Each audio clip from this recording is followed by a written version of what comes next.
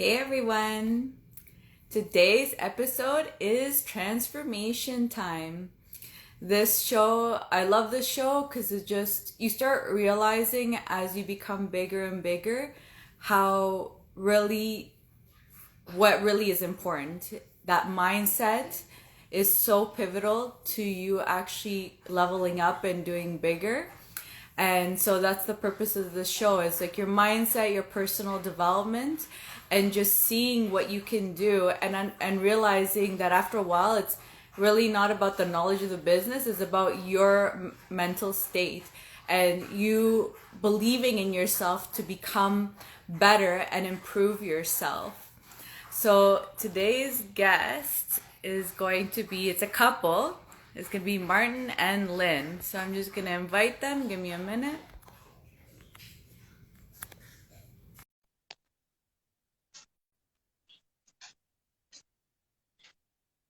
Okay, sent the invitation. Okay, perfect.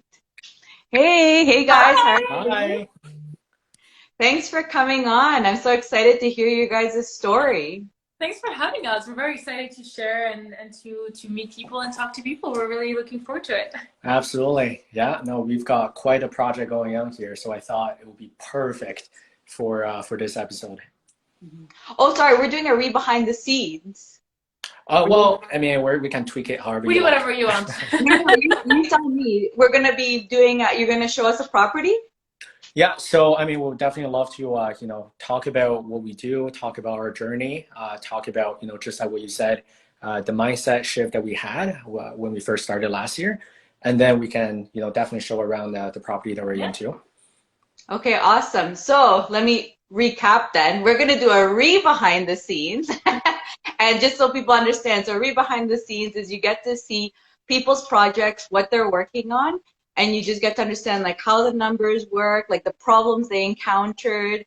And so I think it's always nice because we always want to learn from each other's like problems, mistakes, and like how we get through it, because even though we're always successful, there's always something behind, right?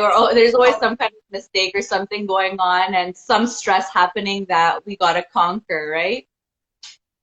Absolutely. I would say even a lot of stress. I mean, when you get into a project, especially if the renovations are quite extensive, there's a lot of moving pieces and a lot of things that end up not going as planned. So lots of planning, lots of stress, lots of calculations, but it's all worth it at the end. That's it. Exactly. So before we get started, you guys show the property. Let's just start with telling you guys telling the audience what you guys do. Yeah, so we are real estate investors. We started back in, I think Moncton's first investment was in 2019. That's kind of where everything started. We are investing in real estate here in Moncton, New Brunswick. We're also wholesalers. We have a wholesaling business where we find distressed properties. And we do a few flips here and there. We do a few BRRRRs. We do some joint venture partnerships. And yeah, so we touch a bit of everything when it comes to real estate investing, but most of it kind of involves doing extensive renovations and just rehabbing distressed properties, whether we decide to keep them or to just sell them or flip them. That's right. And how we started the whole thing, honestly, as soon as I got out of college, I was working a full-time job. I leveraged that to buy my first property. Now, even that part of the thinking, right? I thought I was just going to buy a brand new condo in the old port of Montreal. But then someone introduced me to Read Rich Dad Poor Dad. That got me to understand the difference between assets versus liabilities. So what I ended up doing was we ended up buying a very rundown duplex in a not so desirable part of Montreal. Well, I used to call it up and coming part of Montreal. Because again, I really didn't know anything about real estate investing at the point. I had to overbid just to get that property under contract. The cash flow definitely didn't work. So what I had to do, I had to convert the 2 living rooms in the 2 units into additional bedrooms and rent out the rooms room per room just so I could break even. But even that's when we realized the power of real estate investing and leveraging, right? The fact that we could live rent-free, we could do house hacking. It was a pretty big deal, for me to understand, okay, this is something that, this is a way to hack my financial, this is a way to, to be able to live rent-free. So that was pretty good. So Moncton kind of came after that. I moved here first just for school. I was pursuing a bachelor degree in criminology in University of Moncton. And Martin came to visit, and as I was looking for units to rent, I couldn't find anything that wasn't comparable in terms of prices to Montreal. So every 2-bedroom was 1,200 to 1,500, which is very similar to what you can rent in Montreal downtown. So to me, that made no sense. And then we started looking at purchase prices and what the potential cash flow is, and we realized mortgage payments are way lower than any rent we can get here in Moncton. So I literally told Lynn, I was like, stop looking for a rental. We're going to buy a property. So that's really what got us started to look at investment properties in Moncton, right? And wholesaling was another layer on top of it. So yeah, it was mostly because like when we're looking on the market, again, this was the end of 2020. So even the market back then, believe it or not, in Moncton, it was already super competitive. Everywhere we looked, we got outbid everywhere. Every realtor we call, the listing has been on for 2 days. Oh, there's already an offer, a backup offer, and 5 people waiting in line. I'm like, okay. So literally, out of frustration, we were listening to podcasts. We're like, wait, are we missing something? Like there gotta be a better way. Yeah. So that's where we learned the power of looking for distressed properties that are off market. Right. So we've been reaching out to sellers directly, sending mailers, putting ads on Google, putting ads on Facebook. We have billboards around. We're doing TV ads and radio ads as well, just to kind of get sellers' attention and tell them, hey, we're an alternative way to sell your property if you have a problem that you need us to solve. Whether you have a short timeline, whether you have a very distressed property, whether you just simply want to not pay realtor fees or simply just kind of liquidate your property quicker, we can do that. So that's kind of what's been working for us so far. And it was, yeah, no, thank you. And one analogy we recently like to use, to explain to people what we do, because whenever we explain that, we're like, yeah, we look for off-market properties, we buy it, we fix it up, and they're usually asking, okay, so are you a realtor, or are you helping them sell their houses? We're like, no. Think of it this way: we are a pawn shop for real estate. So people who go to a pawn shop, they have an item of value and they just have an issue. They need cash quickly. They know they're not getting necessarily the top amount for their property, but this is the way for them to get quick cash. This is the item. Give me the money. I'm out of here. We do the same thing. If you need a property, you want to sell it fast, you want cash for it, no problem. We just kind of go through our own evaluation, and if it makes sense for us, we'll do that for them. So that's kind of like what we've been able to solve problem for our sellers, and that's how we've been able to get those properties. That's awesome. And something I just wanted to go back on that I thought was kind of important to restate again, because I thought that was really interesting that you guys said it with your first property, that basically like that it wasn't working for you. Guys weren't cash flowing, but you guys were creative enough to actually figure out how can we make this work. And so I just wanted to bring that back because I think it is important, because that's kind of what we do as real estate investors, right? It's like we have to be creative to make things work and work within our circumstances. Because like you said, like back then, even now it's worse, right? The price of houses are just like going insane.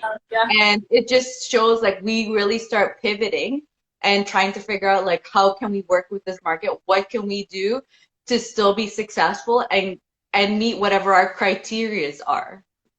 And honestly, yeah, thank you for bringing that point out. Because honestly, at the point, I wasn't even thinking like a real estate investor. I just wanted that property. I put a lot of emotion to it, and at the end of the day, I was just too cheap. I was like, I don't want to pay out of pocket for my living expenses. I just want to find every way possible to collect, as much as rent possible for that little duplex. So that's why we rented out room per room, right? So we sacrificed that comfort in order to cover all the expenses. But that ended up, we later learned, okay, that's called house hacking. We're like, great. Yeah.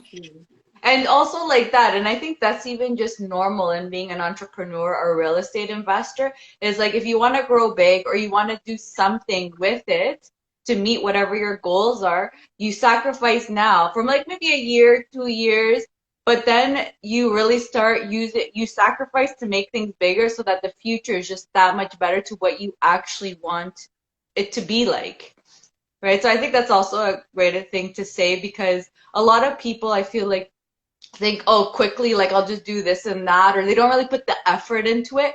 And if you really want something to happen, you do have to there is something that gets sacrificed, either like in your case, like living lifestyle, you sacrificed on that because you just wanted to like live for free and do the things that you wanted to do. You know, other people have different goals that they're going to, or different things that they're going to sacrifice, but there's always a sacrifice. And I feel like if you're not sacrificing, you're probably not going to get to where you want to be. I think for us, or it's going to take a lot longer, I would say. I think for us, the biggest sacrifice was really our time. When we first started, we spent 100% of our time working on the business for a few months before we could even dare to have some off time. And we were living together, but we were honestly not really spending much time together. We wake up real estate and go to bed real estate. That's really all we did all day. We had quite a few arguments about it, but like this is kind of what our sacrifice was about. Like I used to joke about how like we quit the 9 to 5 to do a 8 to 12. 8 to 12. Like that's, I'm sure you can relate as well, right? Yeah, exactly. We all do that same thing. And once you get the bug and you really understand why you're doing it and what the purpose of like what real estate is giving you, what your goal is, it's like the same with me. One of the things that I said is that I always said, because I've always had the entrepreneur mentality. So for me, I've always like, I'm starting a business. I'm going to start something. It's happening, right? But one of the things, my limiting beliefs was, oh, I'm not going to, like, I have to quit my job to start something. Because literally, I'd feel so burnt out at the end of the day from work that I just felt like, how can I work? But once I really understood and found my why and why I wanted to do this and found that real estate is such an amazing vehicle and I believed in it, it was insane. Yeah, I couldn't believe like all the energy that was coming from it, and me coming home being tired, that didn't exist anymore. And I was like working until midnight, and even that was also weird for me because I was like, I need to go to sleep by 10 o'clock, so I'm up at like 6 in the morning. You know, it's very interesting. Yeah, absolutely. I do feel like working with your I've talked to you along with your spouse as well. I understand you guys have worked together on different projects. I'm sure you can relate to like working with your significant other. That adds another layer of complication, sometimes frustration. but it definitely, it taught us a lot about, even it taught me how to deal with people, right? Like on a personal level, but also a professional level. There's situations where we get frustrated at each other. And I think Lynn has been doing a good job of setting boundaries in terms of, like Friday nights now. Trying. Like we don't work at all. We have to do like date nights. That's the only way we can like stay sane and kind of work on the relationship too. That's another huge piece. Also, now we just got a little puppy, so we kind of have to adjust our schedule a lot. And now that we also have like more people on the team helping us out with the day-to-day, we have a little more time. So every afternoon after 8:30, 9 o'clock, that's family time. So we spend time together, we play with the puppy, we watch a movie, we do something together. So we kind of had to set up those boundaries. We even have to book it on calendar just to make sure we don't go over to be able to respect that. It's a lot of adjustments. It's a lot of kind of changing your habits. It's a lot of adjusting to the other person and a lot of communicating, but it's very rewarding at the end for sure. Mm-hmm. And it's so important. I don't know if this is maybe a very woman quality type of thing, because I feel like I do the same thing, I'm just like, not allowed. This time we have to do something, That's it. So I don't know if that's like a very womanly quality. We like to like make sure that we're still bonding and keeping the relationship. Because it's very easy to get very distracted and just like blinders on, work, and then all of a sudden you're like, oh, the day is done and all we're gonna do is go to bed, next day, and you just forget about things. Absolutely. No, I think setting boundaries is one of the most important things, and also just kind of trying to stay healthy, because I think we were working to a point where it wasn't healthy before, but we're kind of working on having a more healthier schedule, and that's keeping us sane more than we were. Yeah. And I don't know about you, because same thing, I've gone through like crazy burnouts and stuff. I think it's like something that you have to, I feel like it's like an initiation. It's like you have to go through these burnouts, but to learn and realize like this is not a good thing. And if I'm actually wanting to be successful in my business and actually prolong it and make it like, do good and get to my goals, you start realizing that burnout can like cost you a few weeks to a month, and it's just like, if you just, have that healthy schedule, or eating or whatever it is that you do, like to try to just make sure you're sleeping on time or whatever it is that you do for yourselves, like I feel like you have to go through that though. to realize that it's probably not a good thing. That's right. We, honestly, thanks to investors like yourself, right? Like I know you have a team of, team members working with you to offload some of that work. We recently joined a mastermind called Seven Figure Flipping. They're they're based in Nashville, Tennessee. So we learned, how to scale up to become a 7-figure business.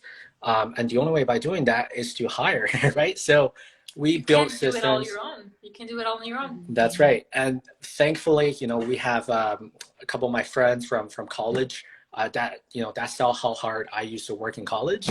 And also, a lot of people that were interested in what we're doing and they felt like they just needed a little push, right? So a lot of people, since we started doing this, they reach out to us trying to see if there's any way they can pitch in, they can help out. So luckily, we have a small team build up now, and we offset so we offloaded some of the tasks and responsibilities that we do on a day-to-day basis to them. So honestly, that's the only reason we're able to stay sane. Right? Setting up processes and making sure everything is kind of automized and everybody knows what they have to do and it's kind of following a specific structure and system. That's what's been helping us, making sure everything is done on time, making sure everything's taken care of, and there's not enough hours in a day to do it all on your own. It's not worth your time, it's not worth your energy, it's not worth your health either. So like having reliable people on your team is very key as well. Mm-hmm. And it's a very hard step, right? It's so hard to do it, but once you do it, you really find the benefits of it and kind of almost think like, why didn't I do this sooner? Because or I don't know, was it for you guys? Like I know for me, it was like, I kind of just did it because I was like, if I don't just do it, I'm going to convince myself why I'm not going to hire, right? Absolutely. That's right. No, for us, honestly, as soon as we started looking at what other people are doing and how they're treating it as a business and how they're doing all that, we're like, okay, right now we have no life. We got to work towards getting our life back. So let's try to hire people. Let's try to offload some of the work we do. And honestly, we are incredibly blessed with the team members that we have, and we can't thank them enough, and I hope we take care of them good enough, because like we try to be as flexible as possible with them. We compensate them like according to what the work they're doing. We take them on little like real estate trips sometimes, some masterminds here and there in other countries, so like they're actually very involved in the business in the day-to-day as well. So hopefully we take care of them enough, but we can't be grateful enough for them. They're key to all of this. See, another part, throughout that hiring process, like, because we've tried, recruitment events, we've done recruitment on local campuses, right? Like, so we try to hire local university students. We also try to put it on LinkedIn. We tried everything, but we realized the best way to do it is actually to reach out to our existing network and look at people who are interested in real estate, right? So the people who are working with us, they actually reach out to us because they saw what we built and they're interested to learn more about real estate. One of our acquisition managers, he's actually a real estate investor himself, right? Like he buys apartment buildings and he sees the value in us having access to off-market opportunities. So we're able to create a win-win situation for us, obviously, to offload some of that work. But also, he just loves negotiating deals, right? And that's what he does already every day. He just wants to have access to more opportunities. So I do think it's crucial to have people, like-minded and make sure your interests are aligned in every way possible. The passion is definitely important. That's it. That's awesome. Yeah. So do you want to tell us about this house? So this is a flip, a BRRRR? This is a BRRRR. A wholesale?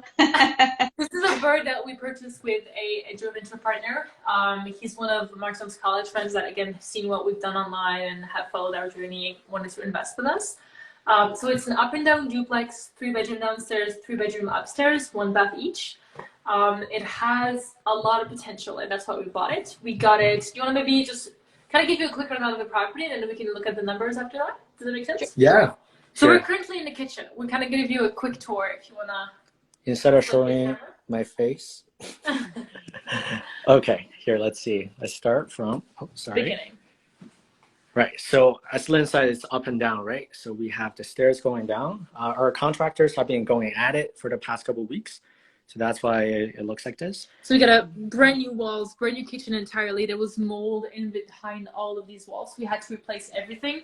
These are brand new cabinets. There's a new countertop. Everything has been redone pretty much. There's new wash and dryer hookups, new electricals in the kitchen as well. We're doing everything up to code just to make sure there is no issues with the property in the next 5 to 10 years, hopefully. Yeah. There's going to be a dishwasher down here, right down here. There's going to be a fridge up there, and then we'll have the stove coming right there. Yeah, so very interestingly, when we first came, did a walkthrough the property, I think the story behind this one, essentially the property owner was trying to sell it or trying to get rid of this property. And from the sound of it, we thought, he essentially just didn't want to bother with the open houses. He didn't want to bother with, selling on the market, all the hassle that comes with it. So we're like, okay, let's look at the market comparables. We made a fair offer and we agreed to purchase. We did an inspection. Everything looked fine on the surface. And then as soon as we acquired, that's when, that's when problems started popping up. Yeah. So there was an issue with the stove that wasn't working, and then we moved the stove out to see what's the problem, and we find mold behind the stove, and then we open up the wall a little bit, and then there's mold everywhere behind the walls. So we have to rebuild the entire walls. And this was right again, we're in the downstairs apartment, so the upstairs is actually absolutely beautiful upstairs unit, at least from the surface again. And the rent that was in there, the tenant that was in there, she's a public school teacher. She was paying market rent. We're super happy with her. She seemed really reasonable and really accommodating when we're visiting. As soon as we closed on the property, we got an email from her saying that, hey, this unit is not livable. Me and my son, this is not a safe environment for us. So, and also I'm currently on EI. So could we please set up a payment plan for the rent? Because, I have no income coming in. This is the summer. And I would love for you guys to work with me here. So obviously we agreed. We're like, okay, you know what? You're a good tenant. You, as far as we're concerned, as far as the previous owner told us, you've been paying the rent on time. So definitely we're accommodating you. A month and a half in that payment plan that was on 3 months, she sent us an email saying, I will no longer be paying my rent. She wow. made that executive decision on her own. She wasn't paying rent. And yeah, so we had to kind of try to talk to her and work with her as much as possible, but it got to a point where it wasn't worth our time and it wasn't going to get fixed anyway, so we had to go through an eviction. It's unfortunate when we have to go there, but sometimes it's necessary, especially the concerns that she was addressing was part of it was the mold, and we needed to rip down some of the walls to fix it, and that wouldn't have been safe for her or anybody in there. So we did fix that. But I'm curious, so people know, what are the tenant laws for eviction in New Brunswick like? Yeah, that's a great question. So I know a lot of viewers, on your platform, they're likely I know they're from all over Canada, but I assume most of them are from Ontario. So it's quite different out here. We were quite shocked when we first learned it. I do think it's a more fair system. So people always say it's more landlord friendly, but I do think it's just a lot more fair for everyone. So for evictions, as a landlord, you do need to have probable cause. You can't just evict anybody for the like of it. You do need to provide some kind of cause, and you need to give them proper notice. So if they're on a month-to-month lease, up until recently, I believe it was around the month notice that you have to give them. And if it's a year-to-year lease, you have to give them 2 to 3 months. So that was the understanding. And for anyone that's behind on rent, for example, if they stop paying rent, on the first, you haven't received the rent on the first. On the second, you can serve a notice to vacate. Now, that's not a formal eviction notice yet. That's simply just, hey, as a reminder, you need to pay your rent in the next 7 days. So that gives them 7 days to pay the rent. If in the 7 days they don't, then we actually send them and we file an eviction with the rentalsman, and we send them a notice to vacate, saying, hey, it's been a week, your rent is not paid yet. You need to leave the premises if you don't pay your rent. And that also gives them, I believe, an extra week to pay the rent as well. Now, if that's still not done, then we file for the sheriff to come in and remove them from the unit. So it takes about 4 to 6 weeks, I would say, to get the tenants out of the unit if you have to go through every step with the sheriff, which is a little more fair, honestly, for landlords compared to what you have in Toronto. I feel like in Ontario, it might take like 6 to 7 months, up to a year sometimes, to even get anybody out of the unit. So, and that's without them paying any rent. And obviously, that's greatly hurting the investor's cash flow. So for us in this situation, we're like, yeah, at least we have the rentalsman and the sheriffs behind us, right? No, so the sheriffs came because she just totally refused to pay rent. Now we're 2 months behind on rent already. The sheriffs came. She was saying, hey, I have COVID. You can't come in. The sheriffs demanded a COVID result. She was like, I don't have it yet. I just know I have COVID. So there was a lot of back and forth. A lot of drama happened. A lot of drama happened. We try to steer away as much as possible. We have property managers helping us with those things, making sure everything is done legally up to the law and every aspect of it is respected. But it's not always easy. And again, you're dealing with humans and humans are imperfect. And that's kind of everywhere you go, whether it's in Moncton or any other city. So just got to be patient, know that this is part of the game and just deal with it. Yeah, and more about the regulation piece itself, right? So in the past, up until recently, New Brunswick didn't have any rent control or rent caps whatsoever, which, it was in a pretty dangerous spot. Obviously, it caused a lot of problems. A lot of investors were taking advantage of that to simply double the rent without any justification. So recently, Service New Brunswick and the Rentals Board, they introduced essentially you have to do, you can only do one rent increase per year in one calendar year. And whatever rent increase you implement, you have to be able to justify it. Because the rentalsman, they can review it, they can reject it with the tenant. They could also compare your new rent to the market rent. So I do think that's a lot more fair as a system for both parties. That's gonna, help prevent investors from taking advantage of the rules here. Mm-hmm. Yeah, that's great to know. So you had lots of drama with your tenant. So did you were finally able to get them out? Yes. Like you said with the sheriff, they came COVID, and then finally, the test came and they didn't have COVID, or they had to wait for 14 days. I don't think there was ever a test communicated, which kind of forced us to. Sorry, I lost my words. Could you help me here? Yeah, no. Essentially, we had every right, and the rentalsman, understood it was a proper, eviction process. We follow every step. Our property made sure of that. So yeah, the tenant finally moved out, and we got new tenants in. They've been great. Yeah, they've been great so far. Yeah. No complaints at all, which is good. We have property managers who are doing a great screening process, which is helping us a lot with that. Shout out to John and Brad. Yeah, they're absolutely fantastic. They're great. They're really great. And then this unit, once the tenants here, we had an agreement for them to leave because there was too much work to do in the unit. There was some mold, there was some water leaks, etc. So we agreed that they were leaving, and they agreed because it wasn't a great unit for them either. And then we're renovating everything. So that's what we're doing. So this is what's going to be the living room at some point when it's finished. There's a nice little stone wall with the little fireplace right there. That's right. And usually, again, our electricians do also come back and finish, but we usually do pole lights everywhere, right?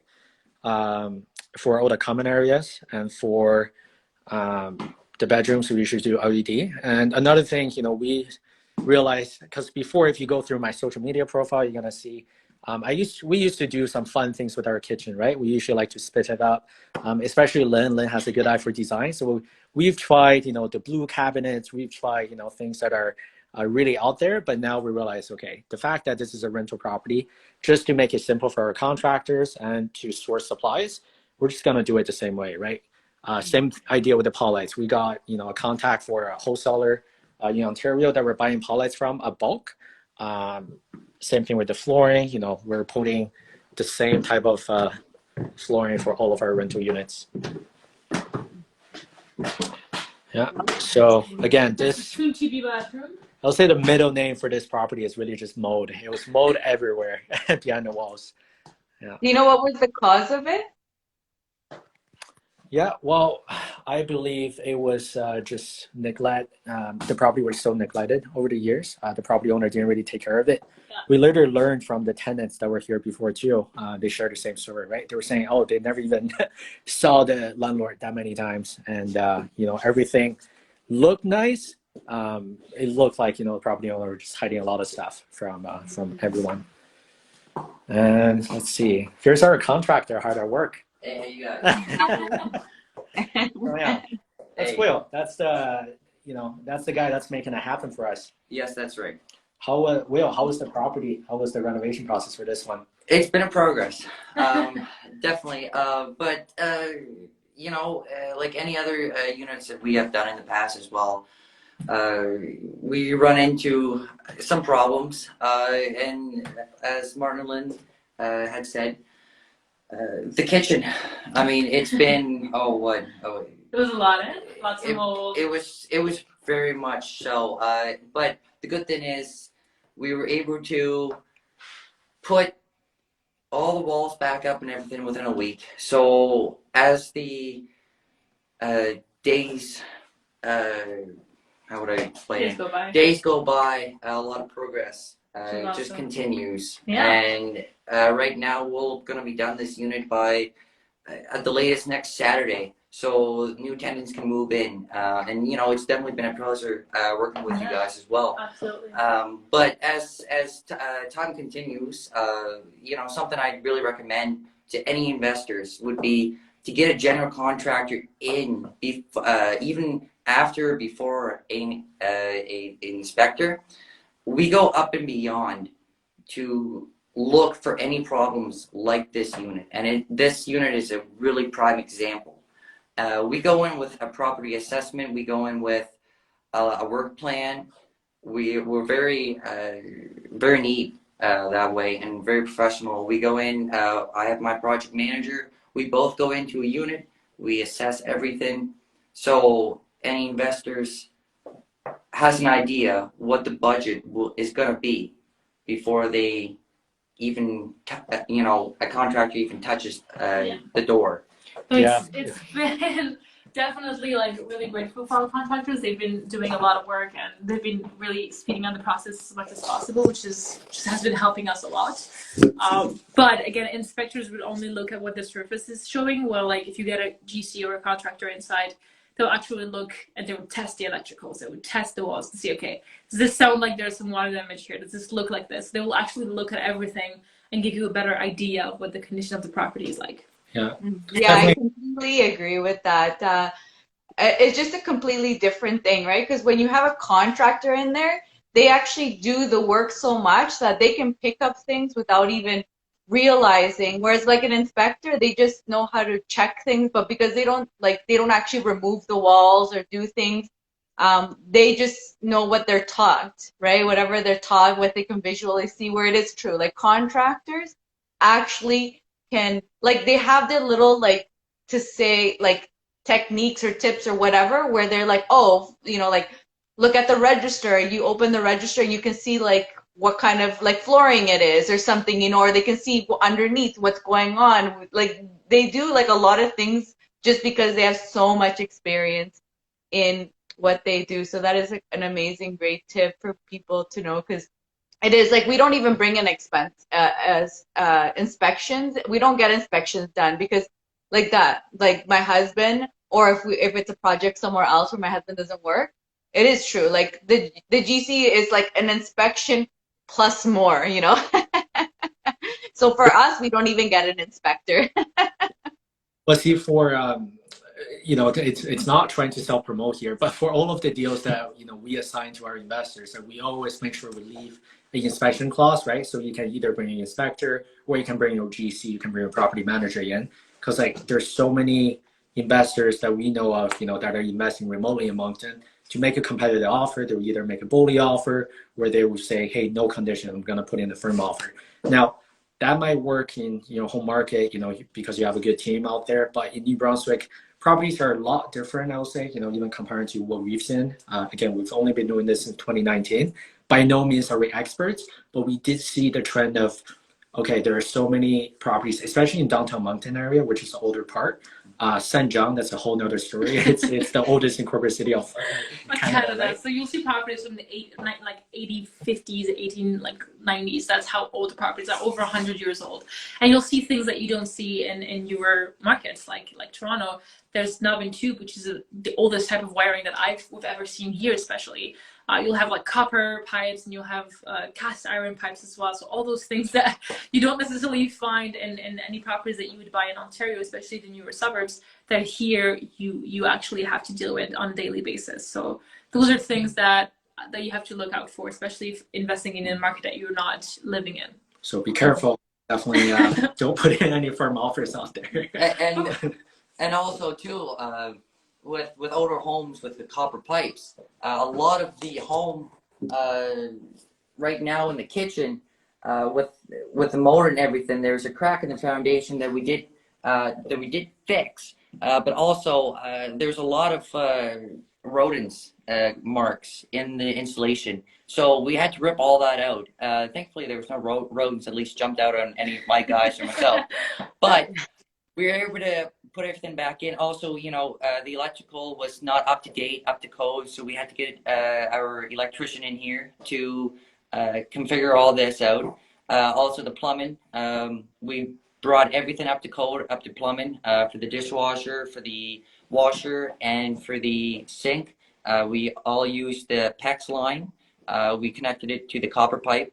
So now it's up to code. So now it won't leak, because there was a leak in the copper pipe that probably within the next 6 months, I at the max, that it probably would completely burst and have a big complete leak in the basement. And that would not go good, because you talk about mold then, there'd be a lot more now. So it's better when you found the problem now than later, for sure. Those are things definitely to look out for when you're investing outside of your home market. And this is something that we help our investors do whenever we wholesale a property, whenever we JV. We have the contractors that are from here that know what they're talking about. They've seen all those, the plumbing, and they've seen the electricals, and they're able to work with that. We've had a lot of investors from outside of here. Every time we mention outbid, they're like, what is that? And they get freaked out and scared. It's definitely not something you want in the property, but it's something that you can get rid of, and it isn't too hard to get rid of. So we've done it before, and we're willing to help anybody who has any issues like that. So yeah. It's awesome. And so you guys, so I guess you guys renovated upstairs first, and then now you guys are doing did you do a full renovation upstairs too? So like the full kitchen, bathroom, or was that a bit less work on upstairs? Definitely less. There was where the washer dryer was there. That's where the leak was. So that's what created the mold in only that room. So we were lucky enough. We did replace that little laundry room. That one was redone, and then we did some upgrading. Painted the cabinets, changed some taps, changed some handles. There was some flooring to do. Lots of painting, and then again the pot lights and some of the electrical updates, but everything else was pretty much fine. The downstairs was the rough one, so that's the one that is way more work. So then I would love to share some numbers with everyone here. Yes, actually I was just gonna get to that. Let's so what did you guys buy it at? We purchased this property back in July. June, July. The purchase price was 185. It was a private deal off market. Yeah, and again, this was a lead that came from direct mail, right? So we have a team member of ours literally pulling their ownership information of every single property in Moncton, and every single month we select the different criteria. So for example, 1 month we might be sending out to every single property that's zoned for R2, so duplex and then up in the Moncton North area. So every single month, we have directed integrated marketing approach, to reach out these sellers. So this particular seller, he received that letter. He was saying, hey, I'm willing to sell it to you off market. I don't want any realtors involved. He also wanted the minimum visit, minimum condition, and we were able to provide that for him. So he had that peace of mind out there. Yeah, so we bought it for 185. That means we had a 20% down, right? We bought it with a JV partner. I saw another question from Alina asking, how do you guys work with a JV partner? It's pretty straightforward. We're the active partner. We are looking for cash partners. So our funding, our cash partner, took care of the mortgage, took care of the down payment, and then we do all the work. So for them, it's a really good way for them to put their money to work, to get that great returns from investing in real estate, the tax benefits from investing in real estate without doing any work. Our partner actually runs a startup in Montreal, so there's no way he doesn't have the time. He doesn't have the time at all. But we do. So we're working on this. We've done all the renovations for him. We're doing all the management. We're dealing with the tenants, dealing with the renovations. We also provide the property. So we find the deal ourselves, and then we come up with the property, and we split all the revenue on this. So we're doing a full BRRRR. The idea is to get his money out first, so we get him all payback for his initial investment, and then we split the rest of the profit and benefit from the cash flow together. So more on the numbers. Purchase price being 185,000. Reno, you're looking at, we put in around $55,000. That's in total how much we're looking to put in. Now, and just to elaborate a little more on that, because I know you guys said you expected to do a lot less. So how much what was your initial renovation budget? You're gonna laugh. It was around 20,000. It definitely went over budget. Yeah. Yeah. So And was that like, was it a struggle to find that extra money, or did you already have the buffer, or just lucky that he had the extra money to put it in, or No, how did that go? how we work, we split the wins and we split the losses all together, right? So this will be considered, this comes as a surprise. We only got the inspector in, nobody really saw the mold coming. We didn't see, there's more issues than we thought. Essentially, we all had to pitch into, that part of the actual rental. But again, it used to be a really good deal. But now you can see, I'm going to run the numbers with you. It's still a full Still bird. a full bird. Yeah. It's a pretty good deal. It's definitely higher than we expected, but because we got a property at a good price and because there was a lot of value out there, there was margin for error, so that helped a lot. That's awesome. And what about how long were you holding it until you get both your tenants in? Like once this is done, like how long was the from closing it to finishing your renovations? So when we bought it, it was both tenants. And then we probably went 2 months without rent when we were dealing with the property with the tenant upstairs. It took us an additional 3 weeks to renovate, and then we got a tenant for that month. So there was 3 months of no rent upstairs, but downstairs were rented. Now upstairs is fully rented at market rent. Downstairs isn't rented. I think it's been a month now. Yeah, maybe Just over a month. just over a month, but by the end of it, we're going to be looking at maybe 6 weeks. Yeah.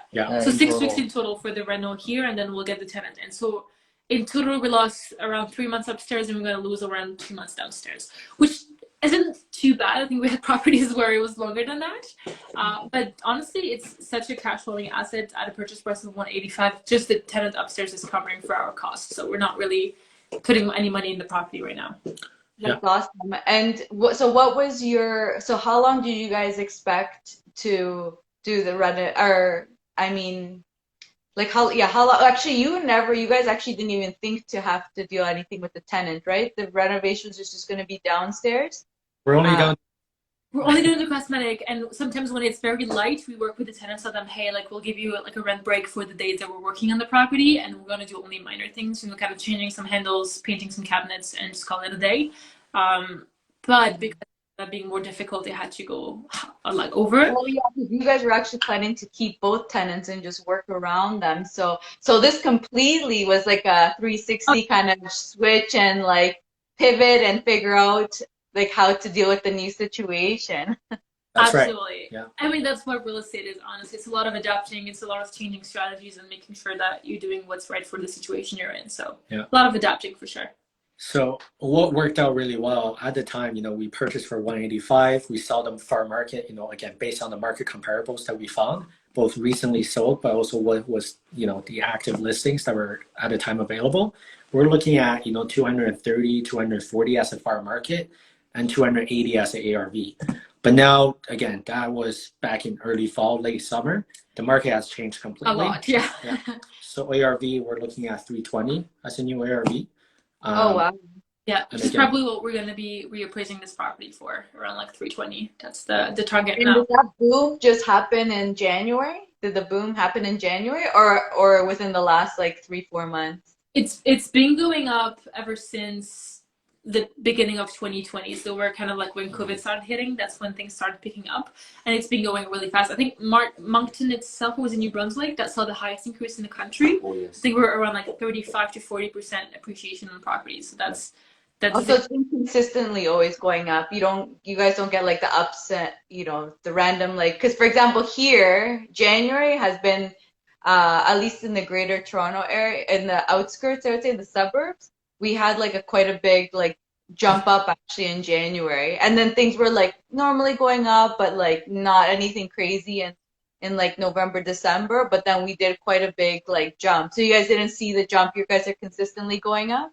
Definitely slowed down a little bit during winter in terms of transaction number, but in terms of price, honestly, we haven't seen the price going down at all. It keeps going up, and I don't think it's going to stop anytime soon. We're in the market, like it's considered a boring market, right? Quote unquote. It's less up and downs compared to Toronto, right? Both in terms of the rental demand, but also the housing prices, right? It's really on that steady incline. If you look at, the historic data that CMHC has, you're able to see, either we stay stagnant or just slowly going up, especially, due to the COVID years, right? Due to the recent years, that's when we did see, more of an aggressive boom. And I do feel like so many investors from out of province, they're having that FOMO too. They feel like, hey, where else does it make sense to invest right now? They're looking out east, right? So we do think, obviously the growth that we're seeing, it is astronomical. I don't think it's going to be like that sustainable in terms of just how aggressive it's been. But, for now, it serves us in our favor because we got in at the right time. But again, another beautiful part, a lot of people might be asking, hey, what if the market crashes? How are you preparing yourself for a market downturn? Our answer is always cash flow, because we always have enough cash flow to make sure that, our interests are protected. So even if, let's say, the interest rate shoots up or the rent comes down, we're still okay. We're essentially just making less profit from these rental properties. Yeah, but we're not losing any money so far. At least what we've seen, we haven't been losing anything, especially when we budget the renovations. Even though we go higher sometimes, we're still pretty good because we're very conservative about numbers. And the cash flow is also helping a lot with the expenses. I think some properties, even though we went over budget, we used the cash flow instead of taking it. We reuse it in the property, and haven't even had to put any more money in the house. Just using that cash flow, we're able to sustain and pay for the rentals. Yeah. So just before we get to the rent, let's talk about, so then how much are you thinking you're gonna get out, pull out for? So I'm just after the refi, because I think you guys will probably be doing what, 75? It'll probably be 75% loan to value, the mortgage. We're doing 80. Oh, you're gonna go to 80? Okay, and so going to 80, how much cash are you gonna be able to pull out? Yeah, so for our investors, as I said, they're simply looking for a passive way to put their money to work. Their interests are very much aligned with us, right? Like every single day they're telling us, hey, like when can we refi so we can reinvest that money with you? Because they put that money aside, ready to put them to work, and they trust us. So that's, our interests are very much aligned. That's why, we're trying to get that 80% loan to value. ARV being at 320, 80% of that new mortgage would be 256. Now, our original mortgage was 148 because we bought at 185, right? So that means we're able to take out a refinance amount of 108, 108,000. And all in, they were investing around $87,000. So that's down payment plus rental. You're looking at 87, right? So it's basically full BRRRR. We're getting all the money out plus around $15,000 in profit on top of it that we're splitting with our investor. So that's awesome. Congratulations, guys. Thank you. As I said, it was a really, really good deal. No, it's not too bad at all. Now the margins are, definitely got cut into. But thankfully the market also went up, right? So now you'll be doing an 80% loan to value. So with the new mortgage amounts, the expenses, I don't know if the expenses are included or not. Are they included in the rent, or is that separate? It's probably included, I'm guessing, right? No, so only electricity. That's something. Electricity and heating is included in the rent. So meaning they pay for it with the rent. So they pay the rent, they pay their electricity, they pay their heating. We don't take that on us. We pay for taxes, water and sewage, and insurance, obviously. It does cut a little bit of our cash flow when we refinance, but again, we're still profiting, we're still cash flow positive, and we're still getting an interesting amount out with the cash flow as well. So at the end of the day, our cash partners have no cash into this property. They're able to recycle that money, either into real estate with us, hopefully, or they could buy NFTs with it, right? Also, the asset is paying for itself. The rents are paying for the mortgage, the rents are paying for taxes, insurance, and everything else. So, and we're still able to get money at the end of it. So it's basically kind of a free property that's appreciating and paying for itself. And so someone was asking about the rents. We're looking at 1,500 upstairs. Now it's a big 3-bedroom. We rented more than that. No, we rented it for 16. We rented for 16 and 1,500. That's how much we're expecting for downstairs. Yeah. Again, it's a beautiful unit. I can, probably I would definitely show some pictures on my. Show site. There's a deck as well that comes with the unit upstairs. There's a big backyard. It's a corner lot building. So that's the deck. It's a brand new deck as well. Right. So yeah, it's a pretty desirable area too. It's very quiet, close to the university, close to downtown. There's 2 right next to the hospital. Yeah. Close to here, so we can get downstairs a 2-bedroom or a 3-bedroom. 3-bedroom. 3-bedroom. Okay, so 3 up and 3 down. That's awesome. Yeah. Yeah. That's it. That's the property. That's the property. And so how much, so what do you guesstimate the cash flow to be once, like, yeah, like if you get 15 and then 16 and then removing all your expenses, like what do you guess the cash flow to be? We can show you that. We have a cash flow calculator, Excel sheet. Everything is always on Excel, especially with Martin. Martin loves Excel sheets. He makes every our life decisions out of Excel sheets. Hey, I can't complain because I'm also an Excel sheet person too. He has an Excel sheet for flights, for hotels, for like every decision that we ever make has an Excel sheet. The Excel sheet where I analyze Lyne versus no. I'm just kidding. I didn't see that one. I'm just kidding. No, it's all pros, no cons. So after expenses, with the rents being 1,500, 1,600 upstairs, we're getting around $1,226 as a net profit cash flow from it after all expenses, after the new mortgage. That's awesome. Yeah, that's great to hear that even you're able to go up to 80% loan to value and still cash flow. And like that, a term that we all like to use around here is that like that you were able to pull out all the money that was invested and you're cash flowing. And that's like a term that we like to say that basically it's infinite returns because there's no money in the deal and you're making money from it and you're actually able to take that money and now invest it into another property. Yeah, that's right. Exactly. Yeah. That's the plan. And again, that's what we always, again, in the investor community, everyone knows about the BRRRR method. But even just now, right, like I'll explain to Will about the BRRRR method, all of our team members, they're looking to do their first BRRRRs as well. It's definitely by far our favorite method. Wholesaling, it's a great way to make some, active income, to make some extra cash.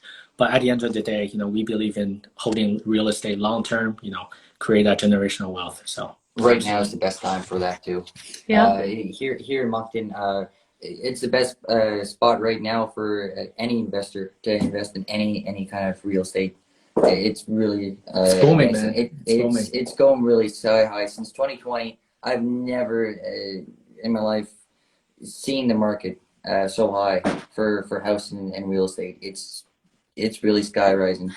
Now that means we're the most inflated market, but it's also. But another thing I actually want to bring up, because people always, exactly what you were saying before, is that what if the market goes down?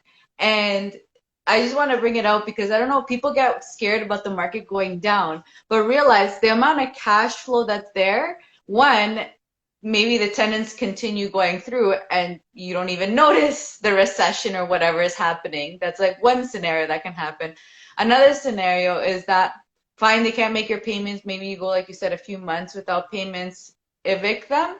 But what's going to happen? It'll probably go down like 100 maybe, like it goes, maybe it'll go down maybe 200, but that's quite a bit. But, but you also kind of take those things into consideration, and and in your situation, you're still cash flowing, right? So it's just also realizing that like that's like kind of actually one of the things that you take into consideration even when you're doing your numbers and you're seeing is that if a recession happens, can I still sustain things to whatever the ability is, even if some people may be okay with like it not cash flowing.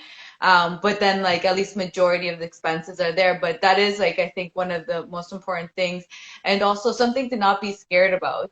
Because also I would say the one really good thing about actually a recession is actually if you do get rid of tenants, like if tenants have to leave, you actually inherit better tenants. And the reason why that happens is because when you go to a recession, we all kind of downgrade in our like the high upper middle class become middle class goes to lower middle class, and then the lower middle class goes to poverty. So actually what even becomes better for us as investors is that we actually start getting now better quality tenants out of it, because maybe we're in the middle class type of, let's say, area, and then now they've downgraded now, but now you're getting upper middle class, and then so that is like a different level of tenant, right? So that's, I think, like some good things of it.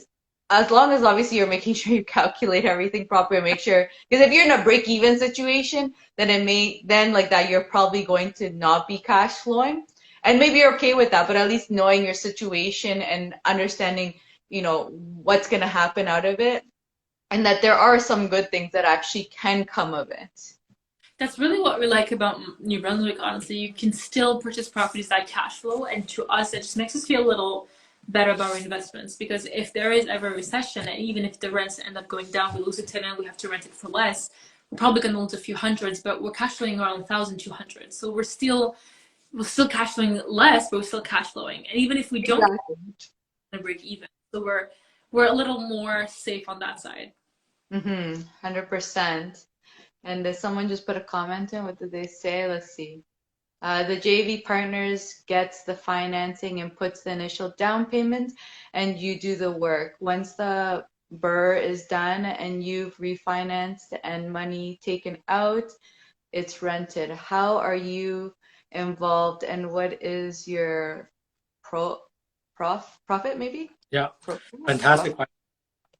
There's really a lot, honestly, when it comes to JV, and everybody has different expectations. There's different types of properties. It really kind of depends on which property we're going in and how we're conducting the BRRRR. I don't know who sent the question, but I honestly invite you to reach out. We can have a call together and we can go over every details of the JV and kind of show you exactly how we do it, what you can expect, and whatnot. So I think that would be the best option here. Also, just to tell you what's going on with this property, right? So what's going to happen is when we refi, obviously the investor, the cash partner, is going to get all of their initial investment payback. So their renovation budget, their down payment, their closing costs that they paid out of pocket. So we're going to make sure they're 100% covered. Now, whatever is the profit, we split it 50-50. So that's the only way, to make sure that, hey, our cash partners are treated, fairly, they're treated well, so that they have their money back. No money tied to the deal. Yeah. We don't charge a percentage for the work that we do in terms of like the contracting. We get contractors to do the work and we make sure that the BRRRR is conducted. Sometimes we get a full BRRRR plus a little profit that we split. Sometimes we get a full BRRRR and we don't get any profit. Sometimes there's some money tied to the property. But we do this because we believe in holding real estate long term and we want to hold it with our partners. So we're 50-50 owners on the properties and we own it long term and we both benefit from that cash flow. But we'll do all the initial work at the beginning.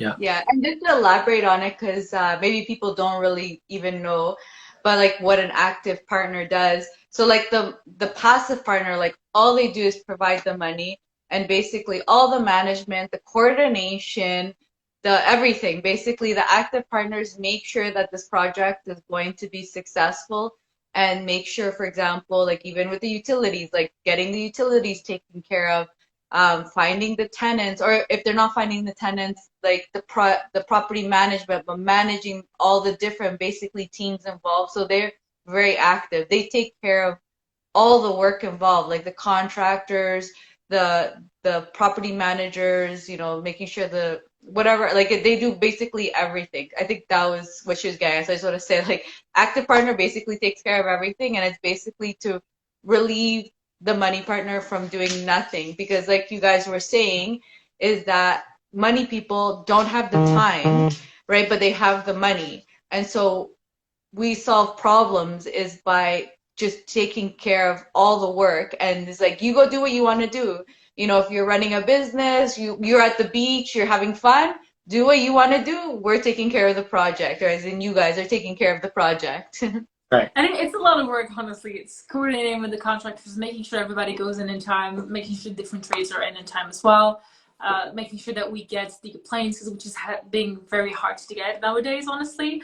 Making sure we have them before the tenants coming to the units, that the property managers have all the information they have the pictures, it's leased in time. So there's a lot of coordination. There's a lot of money management as well, because we have a lot of stress to deal with, because you're obviously mitigating from the passive partner. So you're like dealing with everything and be like, oh, by the way, this happened. Not a big deal. And you're just like, there's a lot of that. There's a lot of that. How many times, Will, have you called me with bad news in the middle of the night? You're like, hey, Martin, sorry, but we just found this here when we opened up. Yeah, it's been a couple times, but right now, I mean, on this unit, we've been putting in 12-hour days, at least 5 to 6 days a week. For me, I've been putting in 12-hour days, 6 days a week. as my guys usually have the weekends off or Sunday and Mondays off. So it's been definitely a long process on this unit. But you know, the upcoming units, it's gonna go fly so fast now. Yeah. Since you know, with working with you guys, you know, it's been definitely a pleasure. And with the upcoming units, it's just gonna go quicker now, and we know, you know, the color and everything. So, and that's something that's easier on the contractors and on you guys. So, you know, eventually within the next month or two, you know, we can start working on more than one unit at a time. We'll have, you know, Kendra's contracting will growing. So we'll soon enough within the next couple of months be able to do 2 to 3 properties at a time and have it done within a month to 6 weeks. That's awesome. Yeah. So yeah, lots of calls in the middle of the night, to be honest. There was a fire in this specific building upstairs. It was a grease fire. The tenants had something on hot oil, and then it burned down parts of the kitchen. Well, it's not as bad as it sounds like. It's really just one part of the cabinets, and then we had to change the stove because it was burned down. But you know, those are the calls that we get in the middle of the night that I'm sure money partners, when they're laying on the beach or working on their business, do not want to have that call. So we take that for them. Exactly. And, our job. That's what we do. Yeah. Awesome. Thank you so much for coming on. And sorry for the mistake. I don't know why I thought transformation time, but I feel like this one we did a little bit of transformation. We got to do some behind the scenes. So I think it was like actually a nice good mix to get to know you guys and get to see what you guys do. Yeah, it was great. Thank you so much for having us on. We just love sharing with you and hearing from other people. So we're glad we've been doing this. Yeah, if anyone want to talk about Moncton, talk about St. John, New Brunswick, anything, talk about anything, we're all for it, right? This is what we do every day. We put our heart to it. We care a lot about our community. You know, we're originally from Montreal, but we moved out here since, and we're absolutely loving it. So if anyone is looking to invest here or move here, or if you're simply looking for contractors, if you're looking for lawyers, we can help for sure. We can absolutely help out. To. You can send us a DM on Martin's page, or our website is New Brunswick Property Deals if you want to take a look at that. And then yeah, we'll reach out to you guys and we'll have a chat. Awesome. Thank you guys for coming on. Thank you everyone for watching, and we'll see everyone at the next episode. Thank you. Thank you. Bye everyone. What is going on here?